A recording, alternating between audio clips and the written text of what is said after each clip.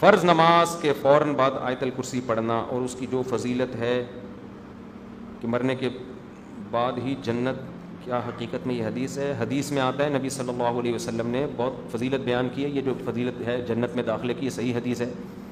تو آیت الکرسی ہر نماز کے بعد پڑھنی چاہیے۔ اب فرض نماز کے فوراً بعد پڑھی جائے یا سنتوں کے بعد پڑھی جائے، یہ اہم پوائنٹ کی بات ہے، فقہی مسئلہ ہے یہ۔ حدیث کے الفاظ آتے ہیں صلاۃ مکتوبہ، فرض کے بعد۔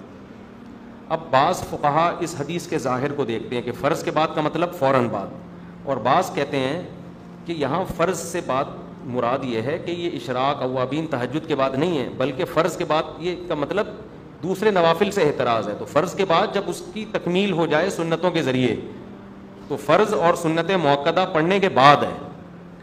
اس مسلک کی دلیل کیا ہے؟ دوسری حدیثیں جن میں آتا ہے، صحیح حدیث ہے کہ نبی صلی اللہ علیہ وسلم فرض نماز کے بعد اللہم انت السلام ومنک السلام تبارکت یا ذا الجلال والاکرام اتنی دیر توقف کرتے تھے اور پھر اٹھ جاتے تھے، پھر آپ سنتیں پڑھتے تھے، گھر چلے جاتے تھے، سنتیں پڑھتے تھے وہاں پہ۔ تو اس طرح دونوں حدیثوں میں کیا ہو جاتی ہے؟ تطبیق، کیونکہ اس میں زیادہ فاصلہ نہیں ہونا چاہیے سنتوں اور فرائض میں، کیونکہ حدیث میں اور بھی بہت سارے وظائف آئے ہیں۔ تو ہماری رائے یہی ہے کہ وہ سنتوں کے بعد پڑھیں، اور صرف اللہم انت السلام والی دعا فرض نماز کے فوراً بعد پڑھ لیں۔ اچھا بھائی، باقی ان میں کہیں بھی ہاتھ اٹھانے کا نہیں ہے کہ ہاتھ اٹھا کے پڑھیں، ایسا نہیں۔